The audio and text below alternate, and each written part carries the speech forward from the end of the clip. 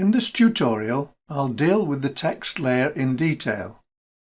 This layer type is essentially a transparent layer that can have text applied to it. It's one of the fundamental elements of any Hitfilm project, allowing titles and lower thirds to be created. Like all other layers, the parameters of a text layer can be animated using keyframes. This makes it possible to create animated titles and lower thirds.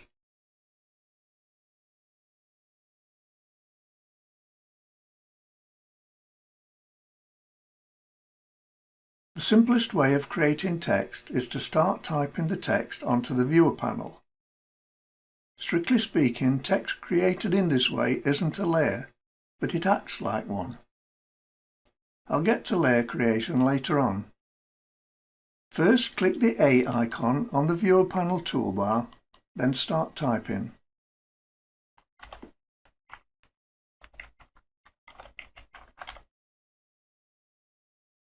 The text will be created using the default font attributes. To see these attributes, select the Text tab.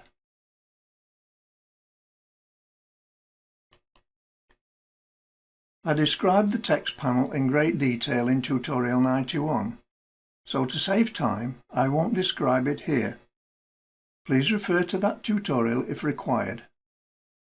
You can see that typing onto the viewer panel creates a text clip and places it on the editor timeline.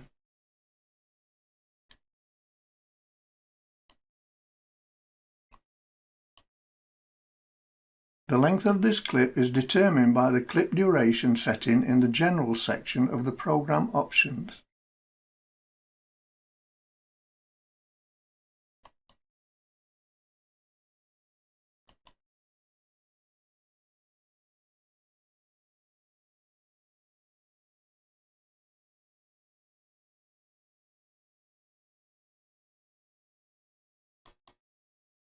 The text attributes can be modified in the text panel, but the arrow icon on the viewer toolbar must be selected first.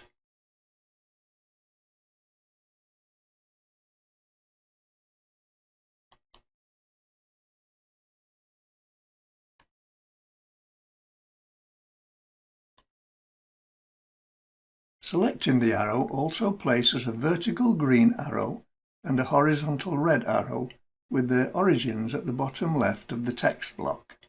These arrows can be used to move the text block vertically or horizontally respectively. When you hover the mouse over an arrowhead, you'll see a straight line going through the arrow. This indicates the available direction of movement. To move the text block freely, click and hold on the small circle and move the mouse. The small circle is called the anchor point, and its position on the text block is determined by a setting in the Controls panel for the text block. I'll get to this a little later.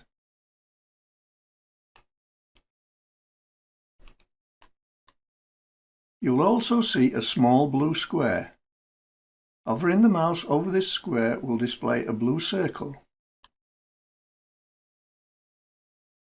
This is the rotation icon. Use this to rotate the text block around the anchor point.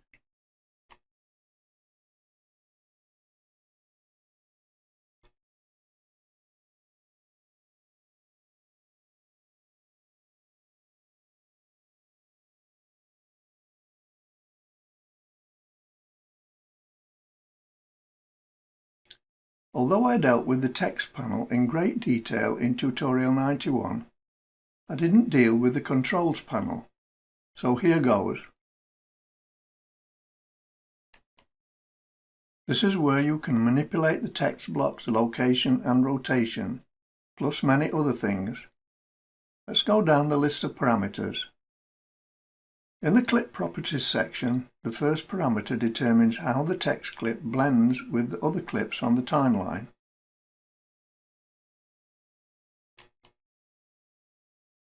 The subject of blending is far too complex to deal with here, so I'll leave the blend at normal. The motion blur checkbox, when checked, simulates motion blur when the text clip is animated.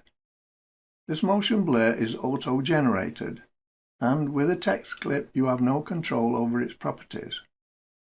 The transform parameter section contains parameters that determine how the text appears and its position in the viewer panel.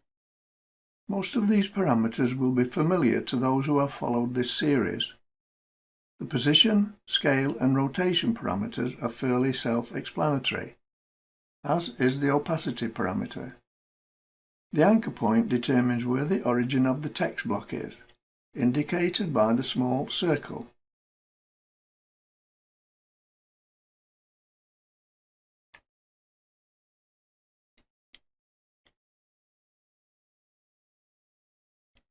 You can see that I can move the anchor point with respect to the text block as far away from the text block as I want. Even way off the display area. This way you can make the text rotate in a wider circle.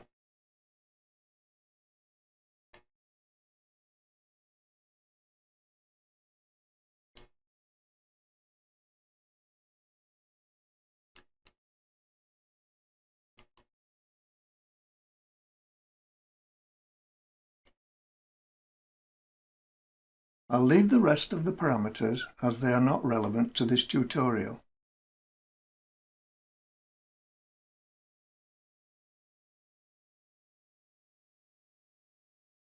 To create a text layer in a composite shot, select the media panel and click New, then Composite Shot. You can also use the keystroke sequence Ctrl, Shift and N to create the composite shot and suitably name it. I'll leave it at default. Change the composite shot properties as desired. I'll leave these at default also.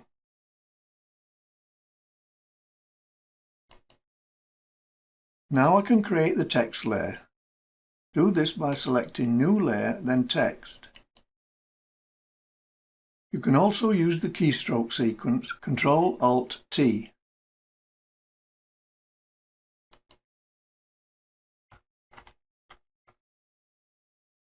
You can now type your text string directly into the viewer panel.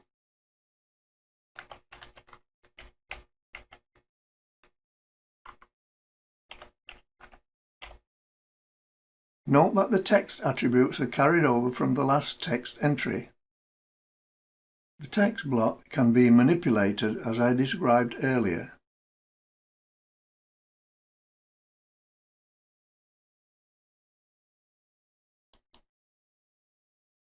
One thing that's obviously different from a text clip is that now the anchor point is located at bottom middle of the text block. Now let's look at this text layer in the controls panel.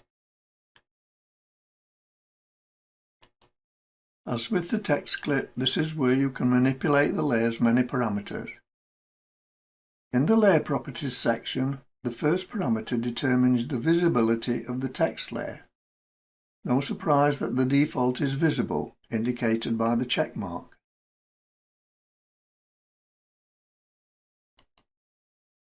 Notice how the eye icon in the text layer composite shot entry has now been disabled.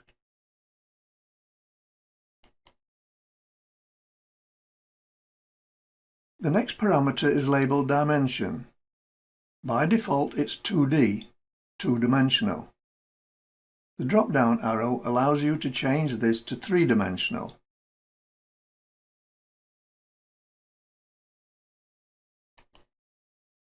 I'll leave it at 2D for now. Next is Blend. As I mentioned earlier, I shan't be dealing with the blend parameter here. The motion blur checkbox, as with the text clip, simulates motion blur when the text layer is animated. In this case, though, the motion blur parameters can be determined in the Advanced section of the composite shot properties.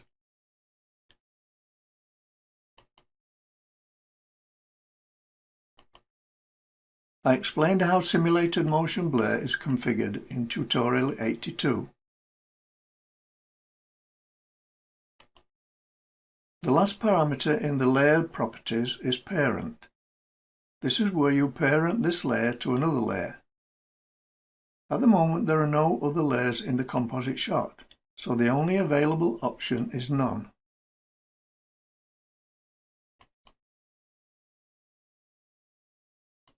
I've explained how parenting works in many of the Hitfilm tutorials, specifically tutorials 83 and 86, where I described motion tracking. The text layer transform parameters function in exactly the same way as for the text clip. The only difference is the position of the text block with respect to the anchor point.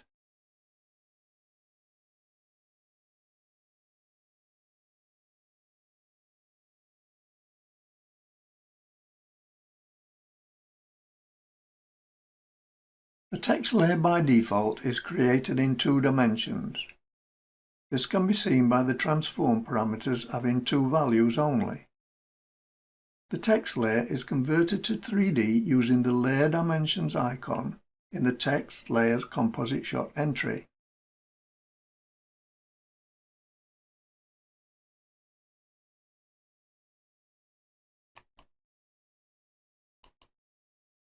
Selecting this displays a message stating that a camera layer must be created in order to create 3D layers. Click Yes. The Layer Dimensions icon now changes to a parallelogram, indicating that the layer is now 3-dimensional. A 3D camera layer is also placed above the text layer. Other changes that occur are the addition of extra icons at the top right of the view panel. I'll be describing these in detail in the camera layer tutorial. You will also see that changes and additions have been made to the composite shot parameters in the controls panel. Let's take another look at these parameters. If I click the parent down arrow, you'll see that now the camera layer is listed. When parented to the camera layer, the text layer will follow the camera layer's movement. Again, all will become clearer in the camera layer tutorial. An addition to the properties is the Include in-depth map checkbox. A depth map is a grayscale visualization of the depth of a 3D scene. The luminance of a depth map varies depending upon the distance an object is from a given point. They have many uses, but the detail is beyond the scope of this tutorial.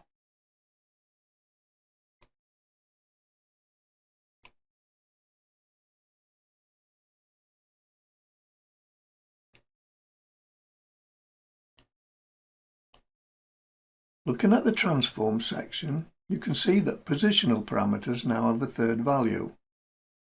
This is the Z coordinate corresponding to the environment's depth.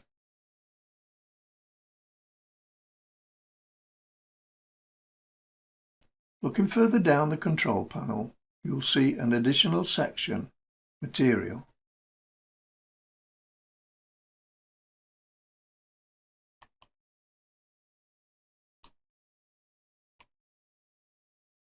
The parameters in the Materials section define how the object, in this case the text layer, interacts with other 3D layers and 3D light layers.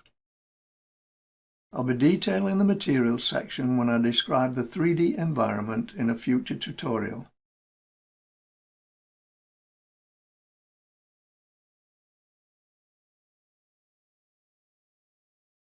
In episode 20, I explained how to create an arrow mask and save it as a form of preset.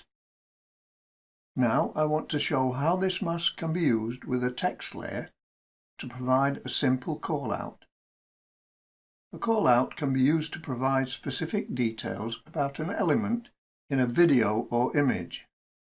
In this example, I'll use the arrow mask and some text to identify a person in an image. I've imported an image and the mask composite shot I created in episode 21. I'll now bring the image into the composite shot. You can see that the image has been cropped from its original size to the project size.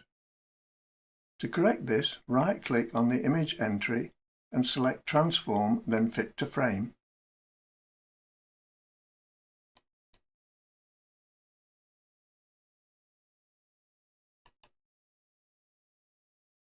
It's a good idea now to lock the image layer to avoid inadvertently moving it while working on the other layer.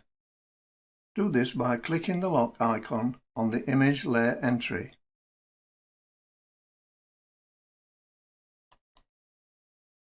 Before going any further, I'll rename the plane layer.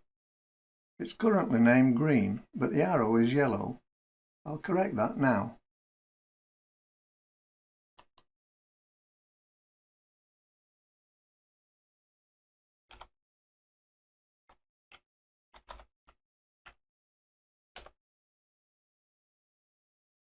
I want to have the arrow pointing downwards, and I'll also have to reduce its size. I can do this in one of two ways. It can be done using the transform parameters in the control panel, or an easier way is to use the on-screen controls. Either way, the plane layer must be selected first.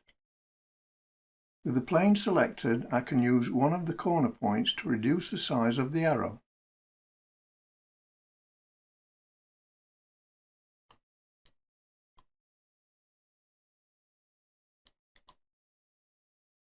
I can now use the blue square to rotate the arrow 180 degrees.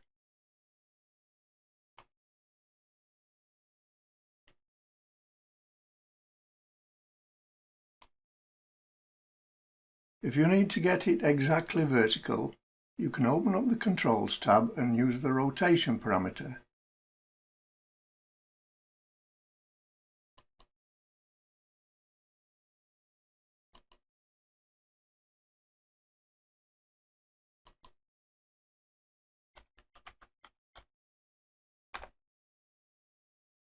Now I need to create a text layer for the callout text.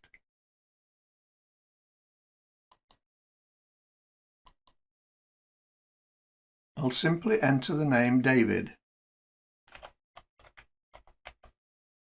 Text edit mode must now be exited by selecting the arrow icon on the viewer toolbar.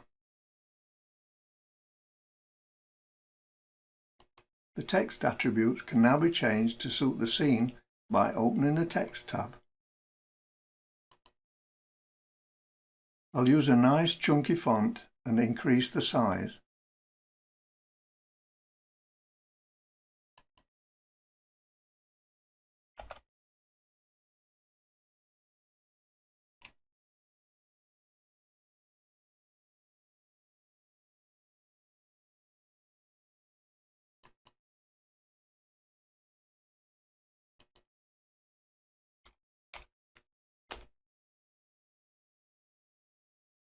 I'll leave the colour at white until the text is in position. I may need to change this. Now to position the text above the arrow.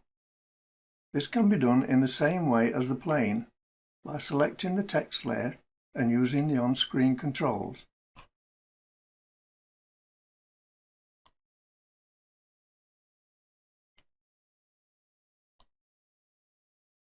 With the text and arrow positioned with each other, I'll parent them together. You don't need to do this. You could simply move each one individually into the correct position. However, it's good to get used to parenting for more complex projects. I'll parent the plane with the text.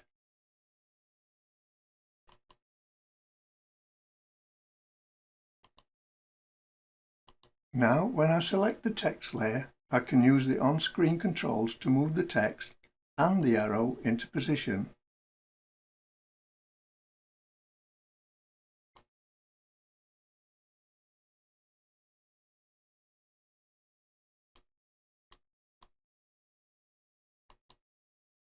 I think I'll give the text an outline to make it stand out more.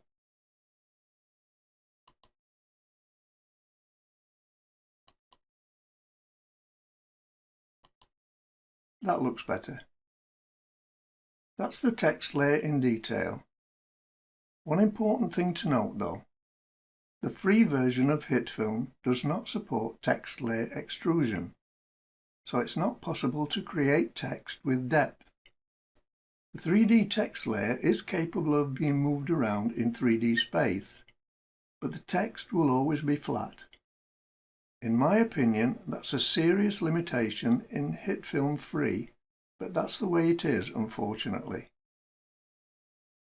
Join me next time when I'll be dealing with the grade layer. This is a very useful feature for colour grading parts of a scene. Until then, bye for now.